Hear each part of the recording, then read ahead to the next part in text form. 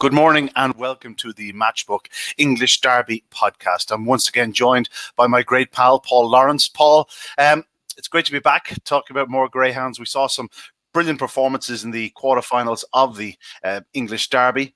Thankfully, one or two we highlighted ourselves, including the likes of Gate Time Milo, Knock the Bull Sid, and of course, Dear Jet Sydney. It wouldn't have taken too much to highlight Dear Jet Sydney's chances given his price in the night. But we did say, and it was highlighted from outside as well, Eddie Goodall got on to say that he could well be a drifter in the night. And that was the case.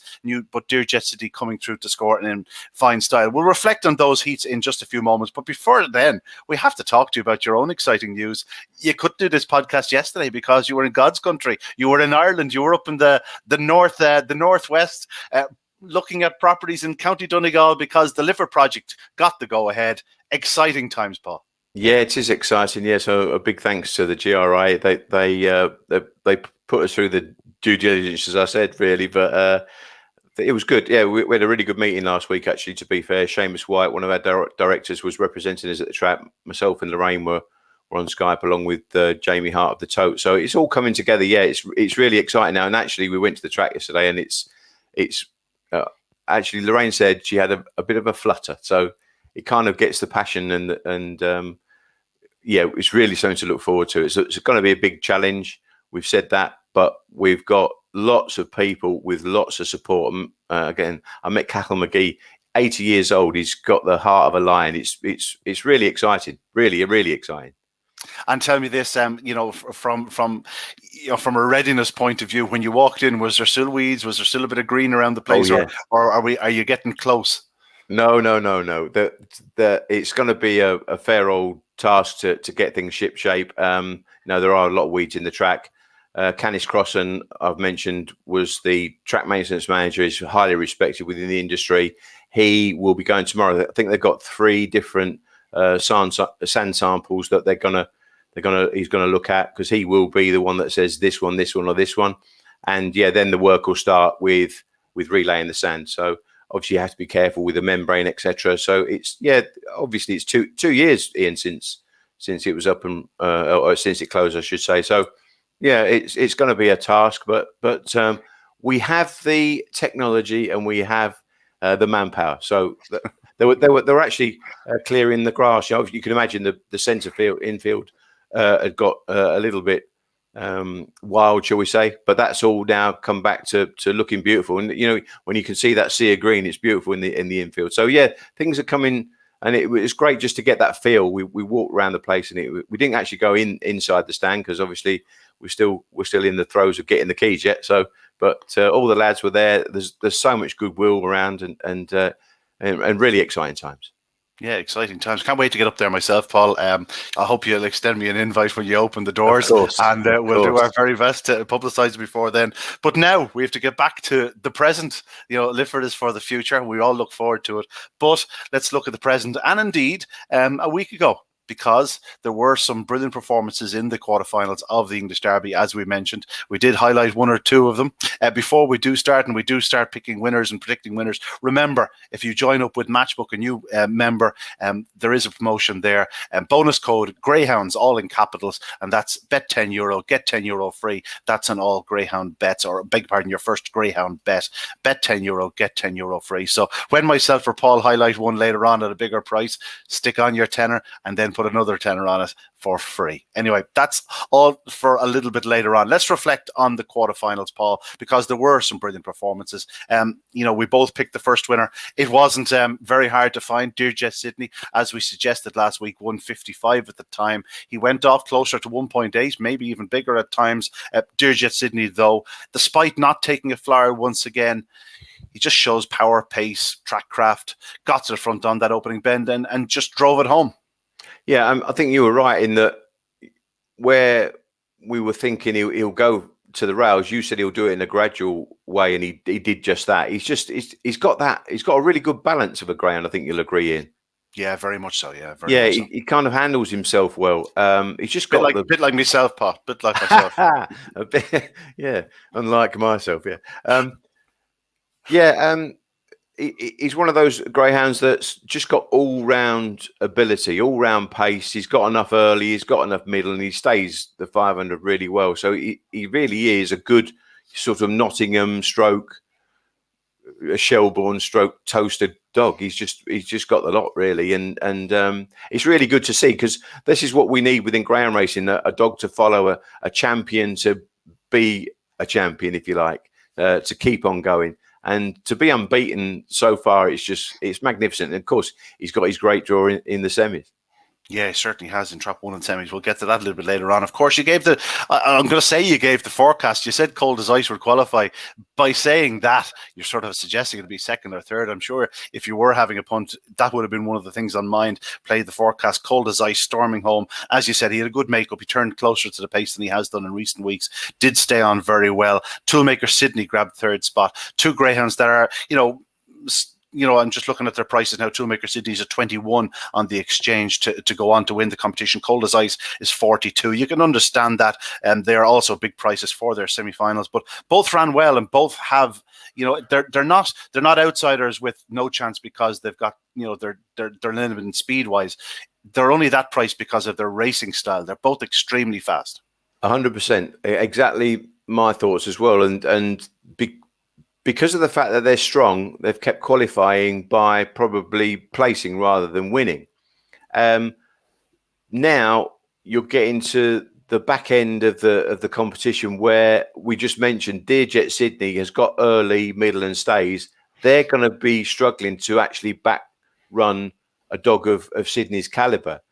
But again, if they can keep qualifying, all they'll be worried about, if they'd take third now, the pair of them, they'd take third, and they kind of would then be in the final with anything could happen. So that's what you want. But yeah, I think I mentioned last week, Cold as Ice. I think Jimmy's done an absolute fantastic job. I think it was, really good decision to put him in the Derby, even though he'd broken the track record over 6 bends at Newcastle. It just shows his quality, I guess. The fact that he's broken the clock is pace-wise, or ability-wise, that he deserved his place, and fair play to him. He certainly did. We'll move on to the second quarterfinal. And here we'll do a bit of crawling. Gate Time Milo came home in front. We both suggested he was too big at his price. He was 13, I believe, with Matchbook this time last week. He ended up being returned 6-1. And that was his official SP, Gate Time Milo. And if you did back him, from the opening corner, it was a pretty picture. Into the corner, maybe not so much. It was a bit muddled. Unlock, desperately unlucky. She was on the outside. She took a broadside. She could never really recover. I dare say she was probably winded. Big dogs giving her a broadside. But Gate Time Milo left in front, and he went about it well.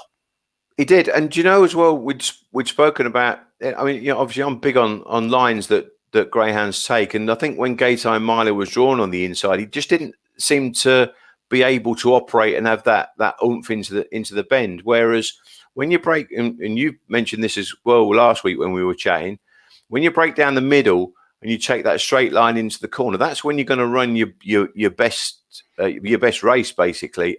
And one thing that I really liked about Gate Time Milo was his determination, Ian. I think he showed real guts. The fact that he got the knock, and I think I'd mentioned that the week before when he got the knock, but he still kept on. And I think I remember Nikki being interviewed, and she said this dog stayed really, really well over in Ireland, and they'd had issues with him. So really, it was probably just a fitness thing going into the Derby rather than an ability thing. And if you look at his card, he just seems to be actually getting better. But I really like his attitude. That's one thing that I really think is a big attribute. We mentioned about Dearjet Sydney. I think Gate Time Milo's got a really good attitude. He's obviously not just a one-trick pony, Ian. He's certainly not. Nicky's right. He has run over 575 yards in Shelbourne Park and stayed it strongly. It's a great one for Stephanie O'Connell. This is a son of Gate Time Hawk at a Gate Time Derval, so very much a homebred. He's really flying. Behind him, Bocco's Belly ran an incredible race in defeat. New in session, still perhaps not firing at his very best, but running very well. But Bocco's Belly was the real eye catcher in defeat. Yeah, you're right, and the fact that I think they tangled a little bit. Nothing too dramatic, but of course, again, I mentioned earlier on, you need to get your clear run. You need to run your straight lines to get your best time on the board. And this is when you get into the nitty gritty end of a derby. You need to be performing at your best. Obviously, Bocco's Belly's got the 29.03, the clock from the second round. And that was when he broke clean from 3. Again, I thought that being in 3 would help him. Aussie Captain, he broke okay, and they just did brush. And I think I spoke to Patrick earlier on today, and he said that Aussie Captain has just almost like got a bit like a footballer's injury, where almost like a twisted knee, a bit of bruising. It's nothing too serious. He's been to Ron Mills, he's been to Stefano, and he'll be fine. He just needs a bit of a rest and a bit of treatment, and I'm sure he'll be back. But New in Session really, really impressed me. I think that he showed a lot of determination to push his way through to get into a decent position. And you're right, he just doesn't seem to be the dog that we've seen in Shelburne particularly. He just doesn't quite seem to be that sort of derby winning performance. He's doing well, as you say, to qualify. He's got that good all-round ability, but we're yet to see him kind of flash and get to the front. Even in the first round, when he had a really good makeup in the first round, I think he was well odds on, but he looked more workmanlike than wow. But he's still here.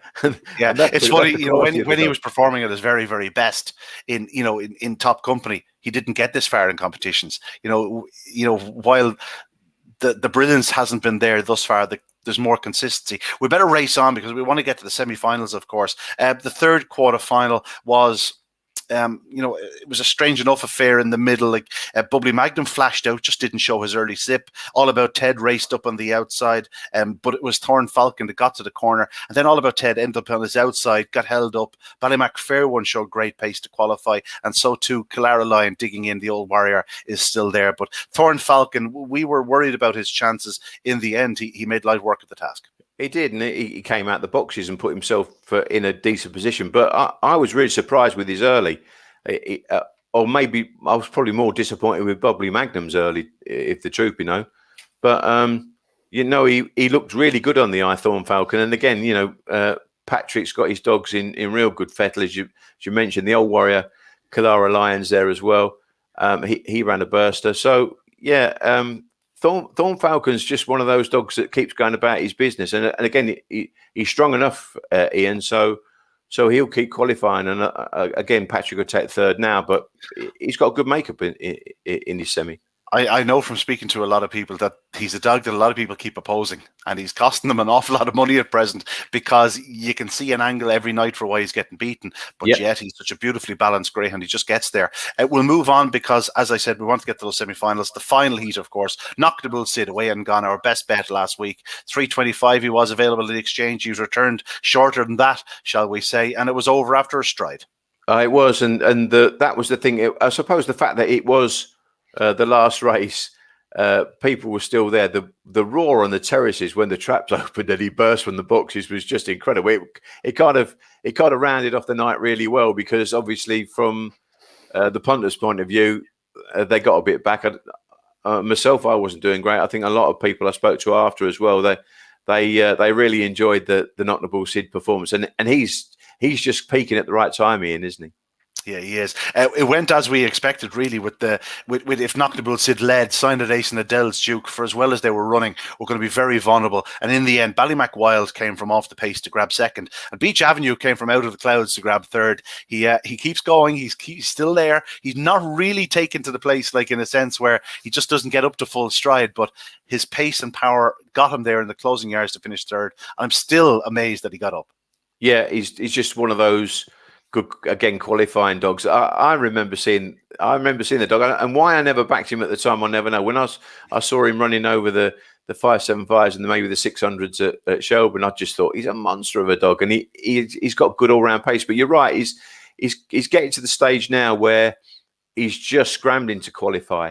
But I think Paul will get him in tippy top shape for Saturday, and I think he'll be all right, and he could easily qualify. Yeah, I think he's a decent makeup now on Saturday night, which means Yeah. we'll get straight into it. Why not take a look at these semi-finals? The first of the semi-finals. Due off at around 10 past 10, and there you see the betting. Dear Jet Sydney is just at 198, but 224 on the lay side. So you'd imagine his price will settle in amongst the pair. I don't know whether he'd be a drifter on the night or whether he's the type that might shorten on the night. Whereas last week he'd certainly going to drift from that 155. There's no guarantee he's going to drift from around a 198, Paul, because that's his draw, that's his makeup. He's the only dog in the Derby which you can confidently back from trap one, perhaps. Indeed, he's got a great makeup because the on the outside, Ballymac Wild and Toolmaker Sid, they're more staying types.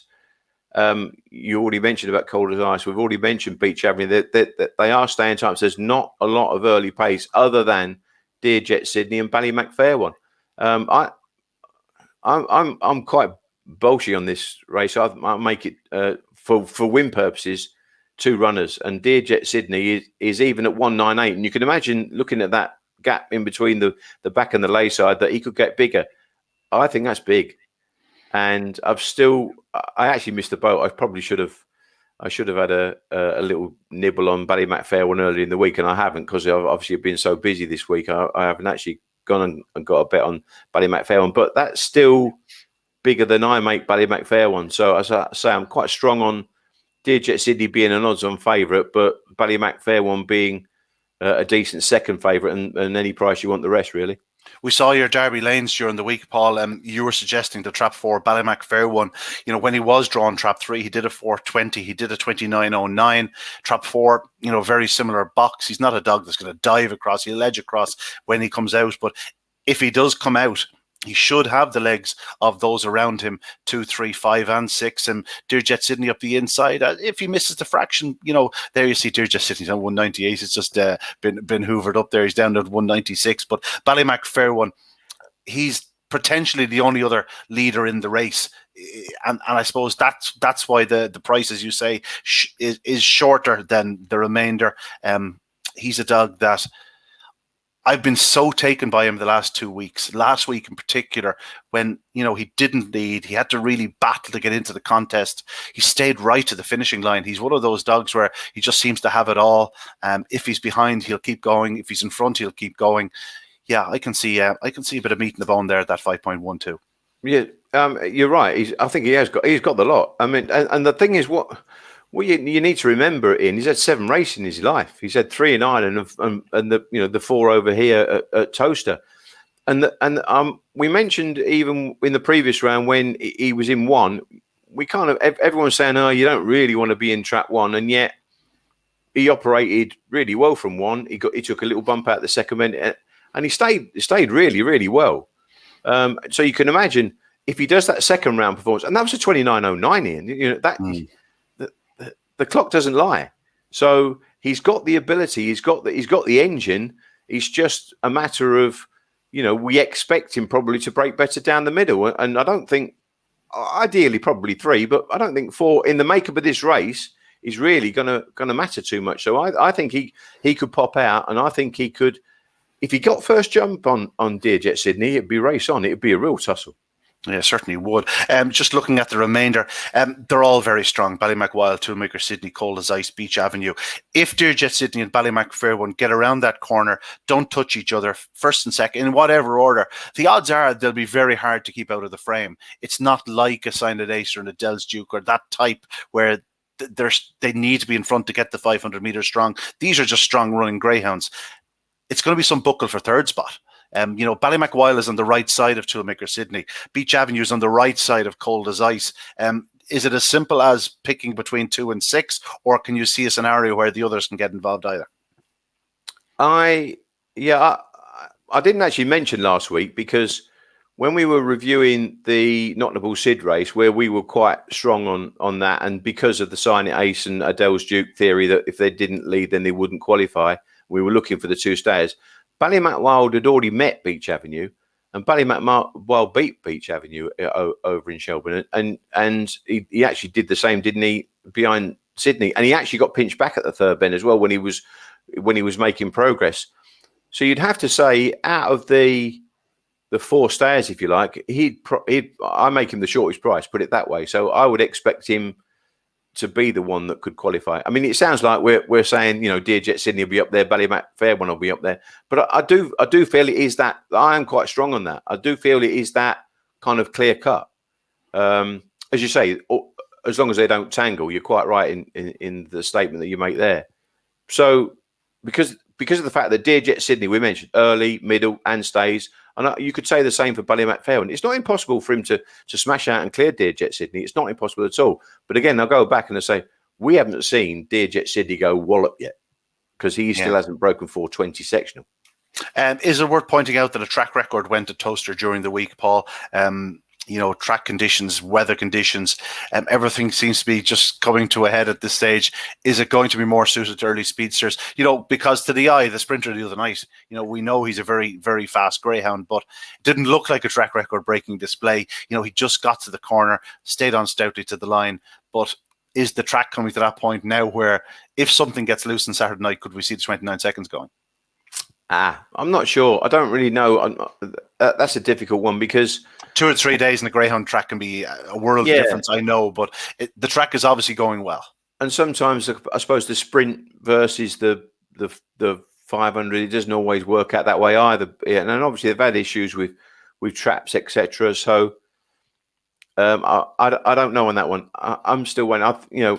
I thought when I saw Bocco's Belly do a 29.03 in the second round, I thought the clock will go and it will be under the 29-second barrier, but no one's really got too close to breaking that track record, if you like, as yet. So the jury will be out for me, but I don't think anyone will be worried about times on Saturday. They'll just be worried about places.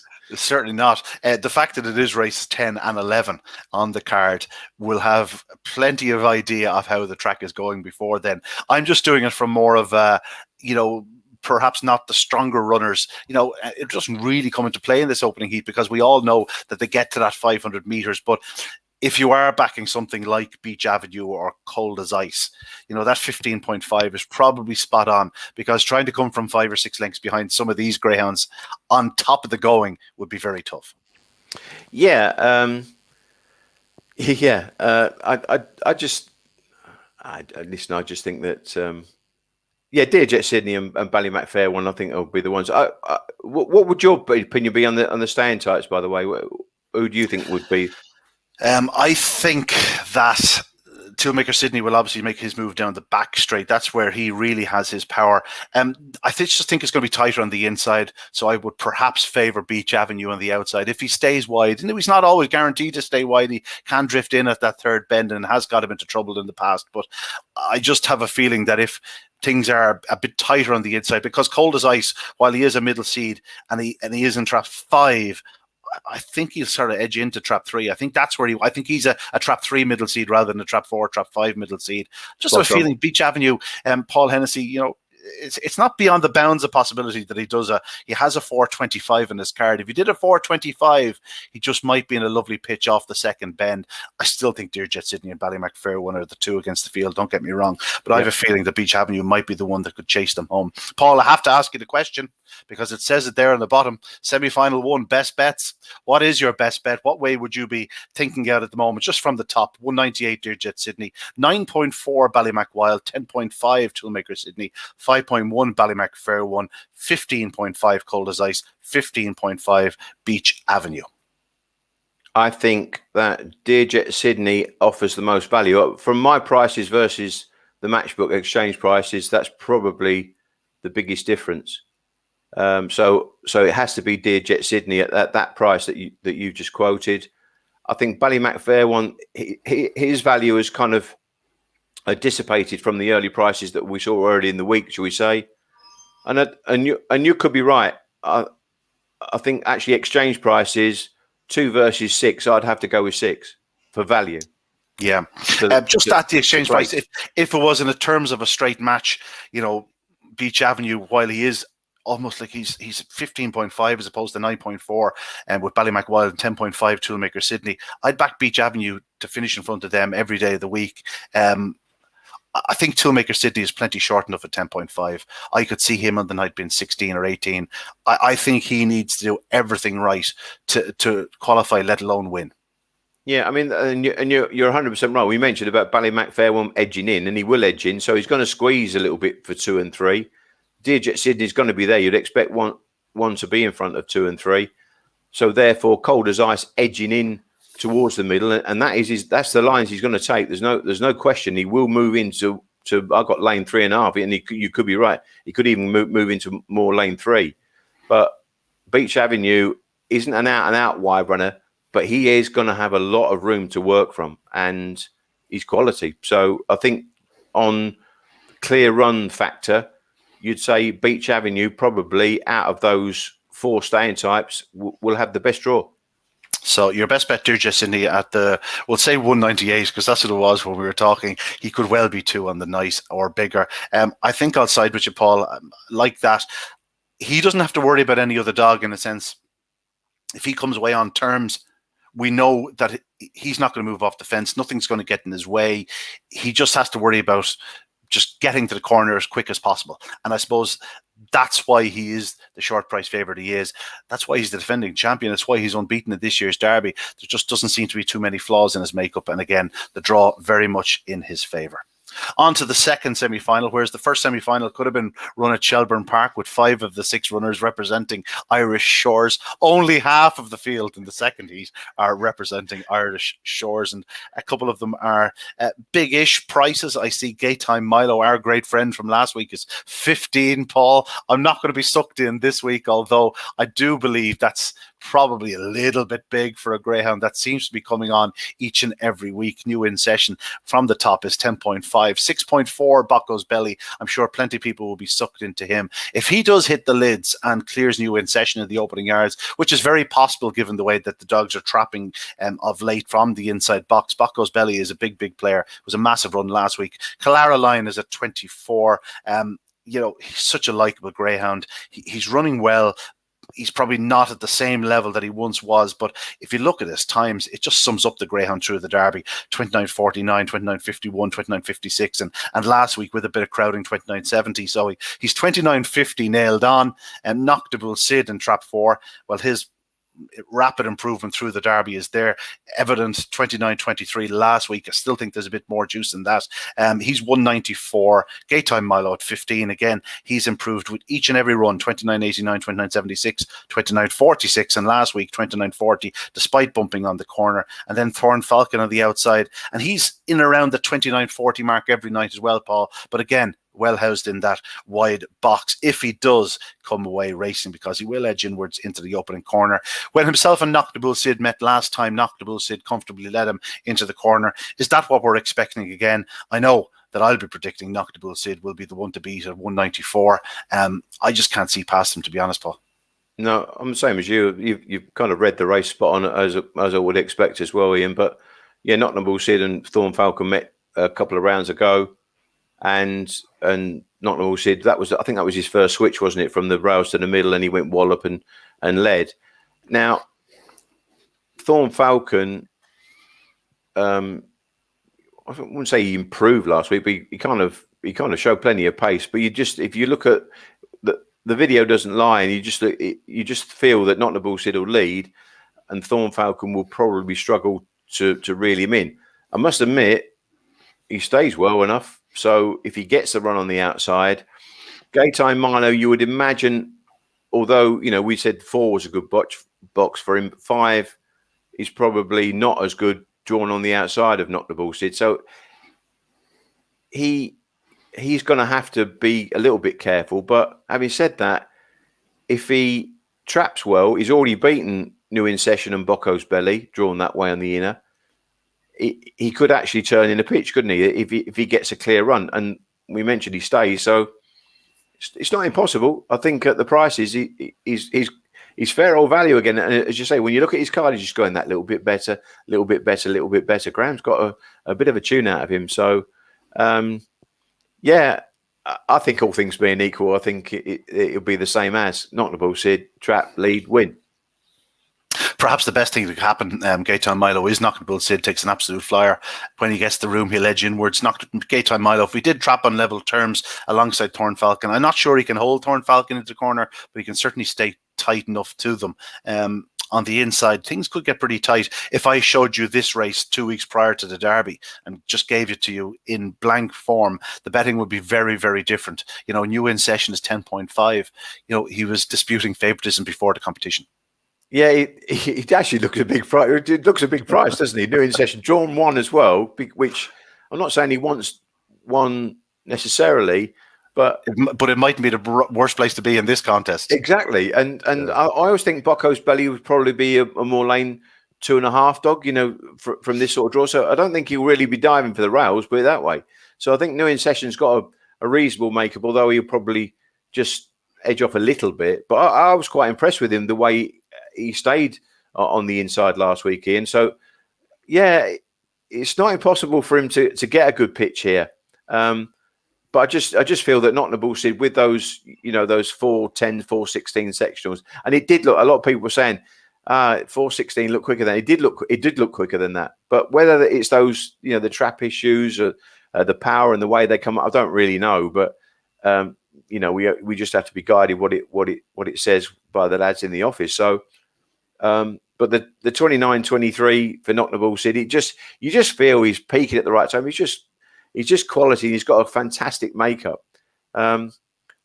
Again, from Patrick's point of view, he knows Bocco's Belly's good enough to qualify because of his staying ability more than anything else. He is the track record holder.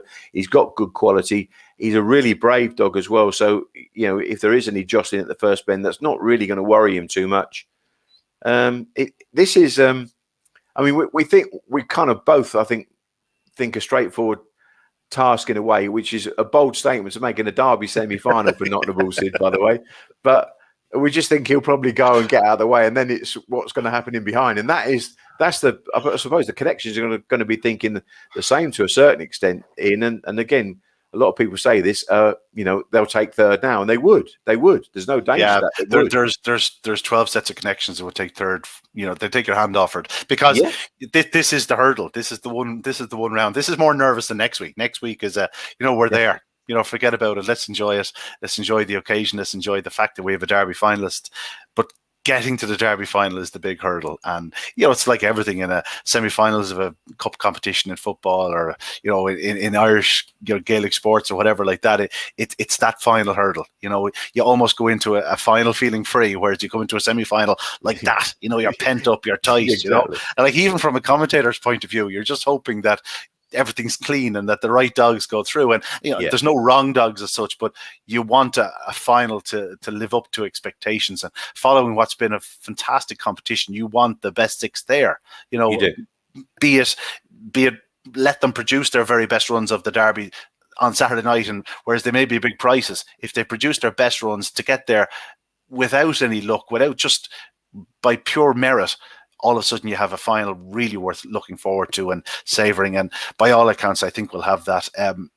So there's no point in talking anymore. It's just Not in the Bull Sid as that is. It's 1.94. Again, like Dearjet Sydney, he could be shorter.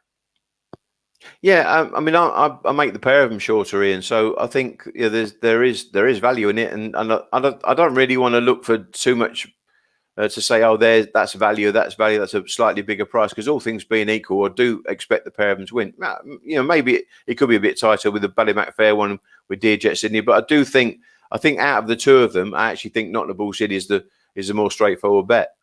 He's more likely to come away racing, isn't he? Whereas Dearjet Sydney might still do his 4:20, 4:21. Like, it seems nailed on that Not in the Bull Sid is going to do between a 4. I'm not going to say he's going to do a 4:10 again, but he could certainly do a 4:12, between a 4:12 and 4:18. And if he does that, he's going to be very hard to contain in those opening yards. And that's the thing as well, Ian, is that it's the makeup of the race again. Dearjet Sydney's got a perfectly decent draw. But it's that you touched on this sort of theory last week about that you just expect down the middle the dog that generally can trap will trap. So therefore, Not in the Bull Sid, he's got a great makeup because Kalara Line is more going to be moving into lane 2. And what a warrior he is! How he qualified last week is brilliant.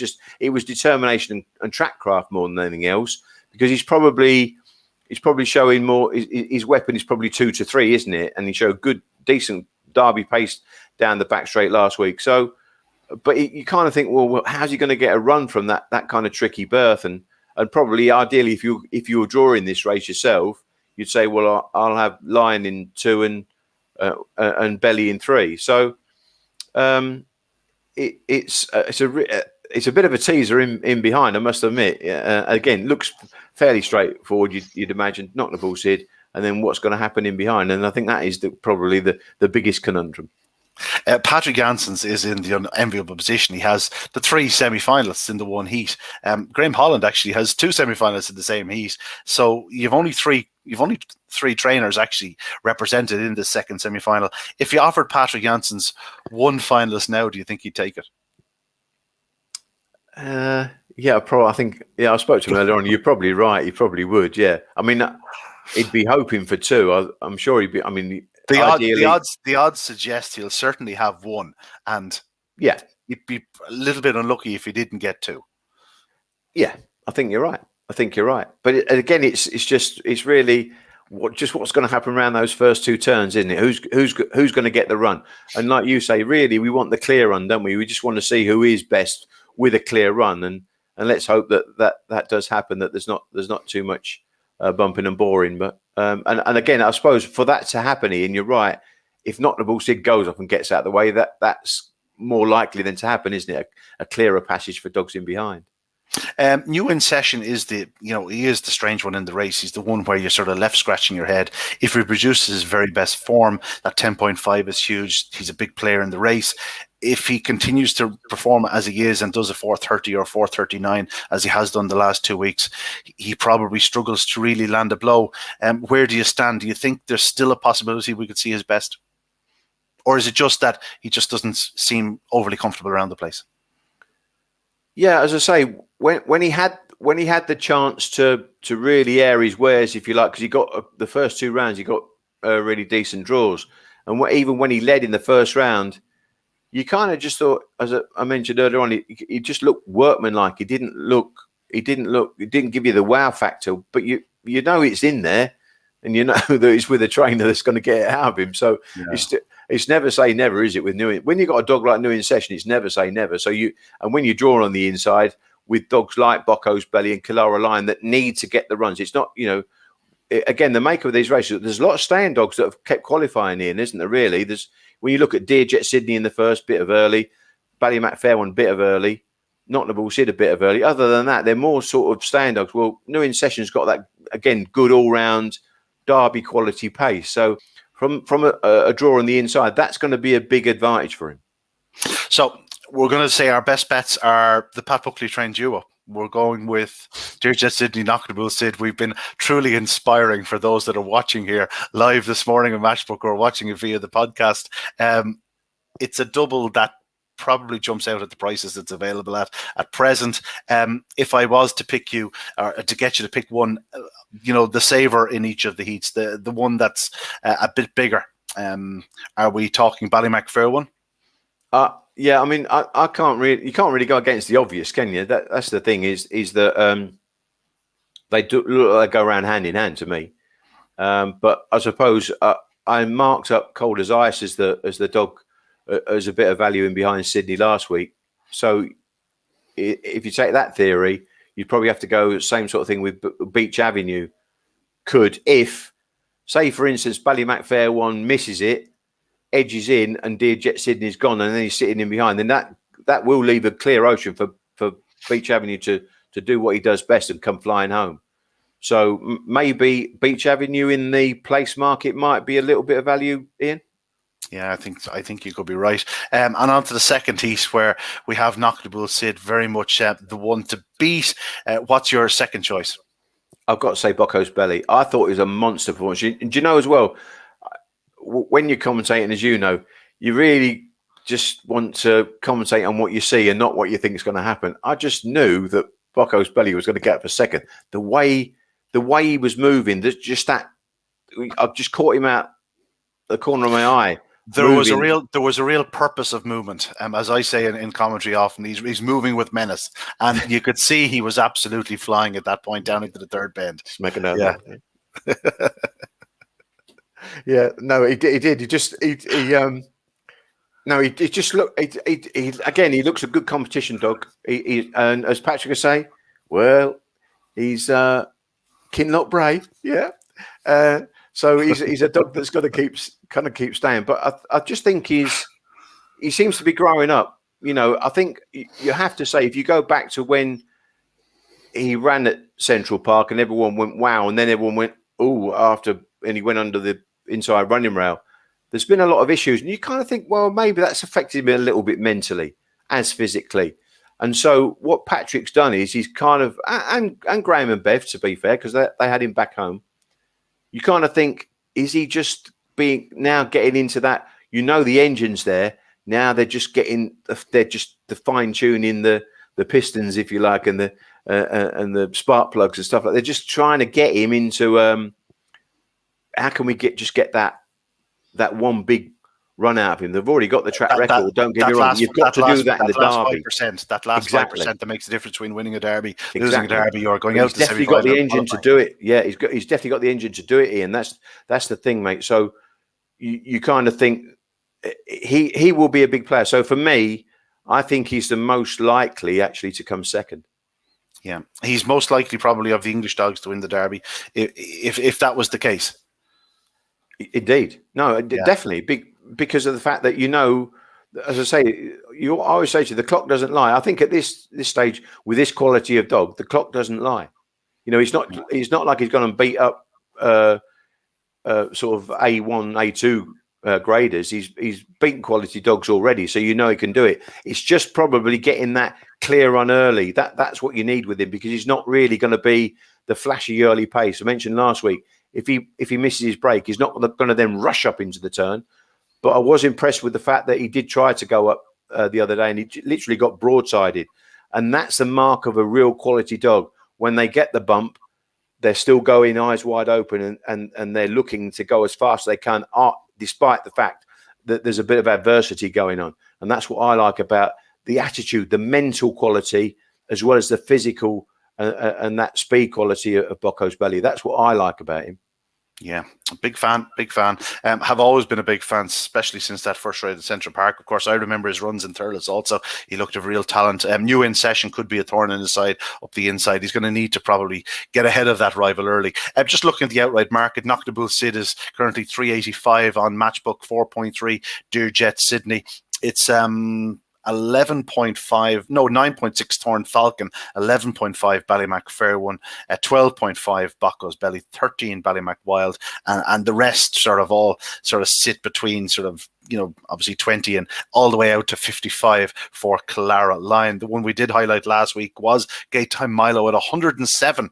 Well, he's now 28. I wish I'd had a fiver on the 107. Now it's early in the week. I'm sure there'll be lots more movement in that market in the coming days. But at those respective prices, Paul, is there anything that caught your eye, or would you be happy to back a Dear Jet Sydney or Knocknabull Sid? If they do flash, get to that final, get a prominent draw in the final, there'll be no bigger than it could easily be a 6-4 each of two sort of situation.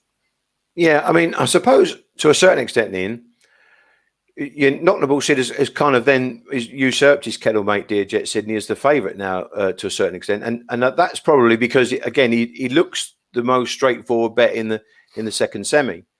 But take this scenario where there's not too many middles left, cold as ice. That's not going to worry him even if that did qualify.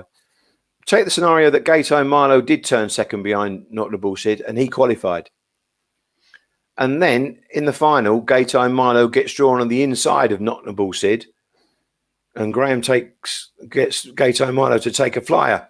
It might just be that Knocknabull Sid might have something to think about, just on the draw that you think might happen in the final. So I'm a big fan of Knocknabull Sid. I kind of thought, wow, he's usurped Sydney as favourite. And I didn't really think that. But when you look at it logically, I guess that it's that middle trap thing again, isn't it? It's that they seem to ping. He just seems to be peaking at the right time. He's got the quality. And just in case he gets a poor draw in the final 5 or 6, he won the Easter Cup out of 6, So yeah. It's kind of, he's actually been there, seen it and done it, hasn't he, to a certain extent? With the 5 seeded runners remaining, he could potentially be in trap 2, 3, 4, 5, or 6, whereas Beach Avenue, Thorn Falcon, they will only get traps 5 or 6. The inside runners could be in any box. It's, if you were looking from an anti-post angle, Beach Avenue a 20 or Thorn Falcon a 9.6, because they do look guaranteed to get their draw. But then you're also depending on the remainder getting a poor draw, and that's where that comes into play. But it's just an angle that the fact that Knocknabull Sid can still draw any box from 2 to 6 in the final is it's still there. Now it'll take a lot of what ifs and what ifery for it to get trap 2, but it can happen. Paul, will move on because it's an unbelievable card at Towcester on Saturday night, of course, or Towcester, should I say. We have the Derby Plate to look forward to. But apart from that, the racing kicks off with the Ladies Stakes, an open 500-meter competition. Then there's the Sprint Invitational. There's the 500-meter Invitational, which features an Irish runner or 2. There's, of course, the semi-finals of the Durando Marathon. Nobody's ever said that before. It's normally a one-off. This year, it's a 2-run event. Some really top performers in that. I'm sure I Am's a Royal will probably take some stopping. But then we have the Derby Plate, followed by the 2 semi-finals of the Derby itself. The Racing Post Television Derby Plate, Paul, again, no surprise to see a few of the Irish performing so well in the opening round. 3 of the 4 heat winners, Angry Tornado, Angry Dad, and Bombardier, all won for the Irish. It just so happens that Angry Tornado and Bombardier clash in the first of the semi-finals with Glengar Bale in trap 5. I'm going to oppose both the heat winners, Angry Tornado and Bombardier, with trap 5, Glengar Bale, who, if he does hit the lids, will probably go round in front, and that should be enough. I think so. I think I read the race the same as you. I think Glengar Bale's a greyhound that I really like. He's a good front running dog. There's no danger to that. I think Pat alluded to the fact that, although it might have even been Emma actually, that they had a few issues with him. I think he broke his toe actually. So he'd been off a long while, and when he came back in the first round, I was really excited because I thought he was big value at anti-post, and I did have a little bit of a go with him. But then he fluffed his lines in behind and just couldn't quite get a clear run behind Sign It Ace and got knocked out in the second round. But that might be just be one of those things where I suppose he'd been off that while, Ian. It might have been kind of catching up with it a little bit fitness-wise, and he's now looking to come back to his best. I thought his effort was really good last time because Angry Dad was a really impressive youngster. Obviously, his brother, Angry Tornado, is in this race. But again, I expect Glengar Bale to go wallop, whereas Angry Tornado might not break as well as he did in his heat. He was in 2 last week, but he's in 1 now. So it's kind of that little bit of a theory again. So, yeah, I agree with you. I make Glengar Bale pretty much a decent bet here. Yeah, he's around a 5 to 4 chance. Of course, all prices will be available on Matchbook on Saturday morning. You can get the prices early on Saturday morning, and indeed you can bet right up to the off. And of course, this exchange, if Glengar Bales goes too short, you can take him on. If he's too big, well, you can lump your money on. Bombardier has been sold. He will be running under the name of Nick Gill in the future. He's going to move to Mark Wallace as soon as this competition's ended. It's worth keeping an eye on him in the future. I think he's going to be a star over 6 bends. I think he's made for the likes of 575 around Romford, but I think he'd also be a dog that get up to 660, Paul. So could be a ledger type in the future. Just one to keep an eye on. The second heat, you've already mentioned Angry Dad. He is racing from trap 3. Might have a bit more of a task in his hand in the opening yards, with Shalone Milo certain to go up strongly from trap 4. And Frankie's Jet hasn't quite hit the lids in recent starts, but he's capable of better. He's well housed on the outside. In theory, he should handily lead up Magical Silas in trap 5, and then you have Swift Cope on the inside, the strong runner, and Bubbly Bollinger in trap 2. It's going to be a battle to the corner, perhaps, between Angry Dad, Shalone Milo, and if Frankie's Jet hit it, he could also be on the scene. Yeah, correct. That's the way I read the race, exactly the same. But I do feel that Angry Dad has got a nice turn of early in, and whereas Shallow Milo he really did break the bars down. He flashed out down the middle again from trap 4, and he's got the same box here. But I just fancy that a young greyhound, an improving greyhound for Peter Cronin's powerful kennel. I think Angry Dad can easily get up inside Shallow Milo, and that'll be that. I did a bit on the Derby lanes with him because I noticed this, and that's the beauty of head-ons as well. When I'm trying to assess where he wants, because I listened to Peter Cronin. Peter Cronin said, this dog wants to be drawn inside. I don't think he really wants trap 1 by any means. And I actually think trap 3 is a perfect box for him. He ran really well from 2, don't get me wrong, last week. And he didn't move off at all. But I think Angry Dad, for that breaking and going in a fairly straight line to the bend, I think it's perfect for him. And you could see him. He was very aware of dogs around him, and he was pushing through. And again, he showed that real good sort of battling qualities and determination with raw speed. And you can imagine, being a young dog, there's a little bit more in the tank as well. And I do agree with you about Frankie's Jet, by the way. He's kind of fluffed his lines at the start of the last 2 ups. And I think his makeup in 6 isn't a disaster here, because Magical Silas isn't really an early bird, slow away dog that will move across into the middle of the park for him. So Frankie's Jet could be a big danger if he gets that really good break. But all things being equal, I think maybe Shallow Milo is a good ally for Angry Dad, because he can get up on the inside, and then, of course, Frankie's Jet's got to get around the pair of them. So I was quite sweet on Angry Dad here. Really like his chances. I like it, Paul. That's it. We've touched on a lot. I just like to reflect on the fact that Paul Lawrence has tipped an Irish winner of the first semi-final of the Derby, an Irish winner of the second semi-final of the Derby, an Irish winner of the first semi-final of the Plate, an Irish winner in the second semi-final of the Plate. Now, they're all favourites, but fair enough. I'm not going to oppose them. Sometimes it just falls like that. We were happy to take on a few last week. This week, it just seems that the makeup is right for them. You're moving to Ireland. Next week, I'll be joined by Paul O'Lawrence rather than Paul Lawrence. Well done, Paul. And who said football's coming home? It's Paul is coming home. He's coming to Irish shores, and he's going to start speaking with an Irish brogue, and we look forward to it. Paul, it's going to be a great night's racing at Towcester on Saturday. And I don't know if you've seen the weather forecast, but when the sun shines on Towcester, it's a very special venue. You know, whatever about the track, and it has its detractors. I've been quite impressed with it this year. I think it's worked out great. I think it's been a tremendous derby. But the venue itself is something special. It is very, very special indeed. And, you know, it's going to be a bit unusual for me on Saturday. And I don't know whether you've ever done this, because you remember I had a part share, a leg in the Great Roxo Magic, and she won the Durando twice. And we had 1 litre out of Roxo Magic. And in that, we have Durando double, and she's running in the Durando heats. And you're right, again, it's a new thing, isn't it? It's normally a one-off. And don't forget, Spirit and Louis won it as well for Lorraine. But I've got Durando double, and she's running against Amza Royale in the first heat, by the way, which is going to be a bit tricky. But the fact that she's just there, well, at least you get a decent price.